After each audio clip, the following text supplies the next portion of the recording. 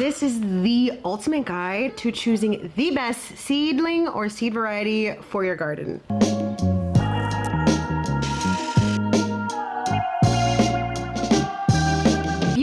My name is Maya. Me and my husband are urban homesteaders. We live in a rental in the city, and we do raised bed and container gardening. Also live in zone 6, which gets snow and does get relatively cold. However, choosing the right seed variety literally is a game changer no matter where you live.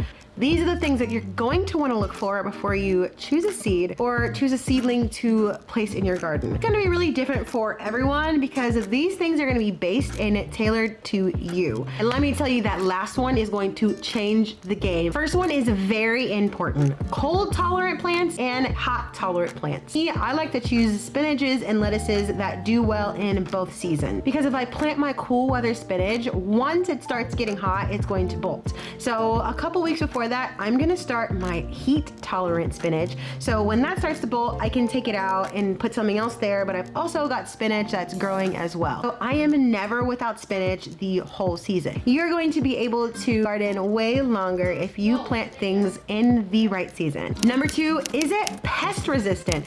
A lot of times when you are choosing seeds or seedlings, the back of the package, some of them may say that this may be a pest resistant variety. There's just something so sad when you go out to something that you've nurtured and you've planted and it's been eaten by bugs. Just because it says pest resistant doesn't mean it's not going to endure some pest. That is still our job to kind of look out for those. But I am going to give myself a little bit less heartbreak and a little more help to go with varieties that are naturally pest resistant. Number 3 is the yield per time real estate. Yeah, it looks like a math equation. Let me give you an example of my corn bed. Corn needs to be wind pollinated, and for the amount of space that we have, I think that the yield and its time being there is not worth it. However, we plant corn every year because my husband loves corn, but the corn takes up 2 4x8 beds. If you just had 2 4x8 beds, you're not just going to plant corn the whole time.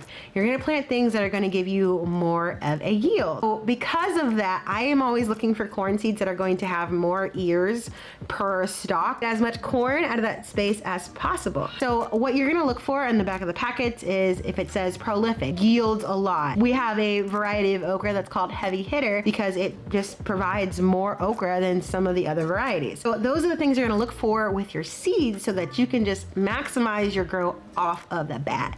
And who doesn't want to have more food for less work? Who doesn't? Next thing you're going to want to know, is it perennial or is it annual? Annual plants you have to plant annually. However, there are some annuals in some growing zones that are actually perennials in warmer zones. You're going to want to know that because that's going to help with where you're going to put it in the garden. If you've got maybe an area in the front where you just want to always make sure that things come back every year, you're going to put maybe an oregano, or maybe you're going to pick chive because those things come back every single year. We have rhubarb in the yard that is a perennial. We don't do anything with it every single year and it grows. Perennials are really good in your garden because it's a set it and forget it kind of plant. And the bonus, my very favorite one, is use your own seeds. One thing we did this year was saved a lot of our seeds. I've got some spinach growing out there that is saved from spring that I put right back in the fall. It's going to save you money, and those seeds have acclimated and have grown up in your garden. Kind of knows what to expect. So it can be better and better every year as you use and save those seeds. As always, friends, thank you so much for being here. If you found this helpful, make sure that you like and subscribe. And let me know down below if you have any questions. Are you an urban homesteader? Do you want to? What makes you not want to do it? As always, friends, you are wonderful. Bye.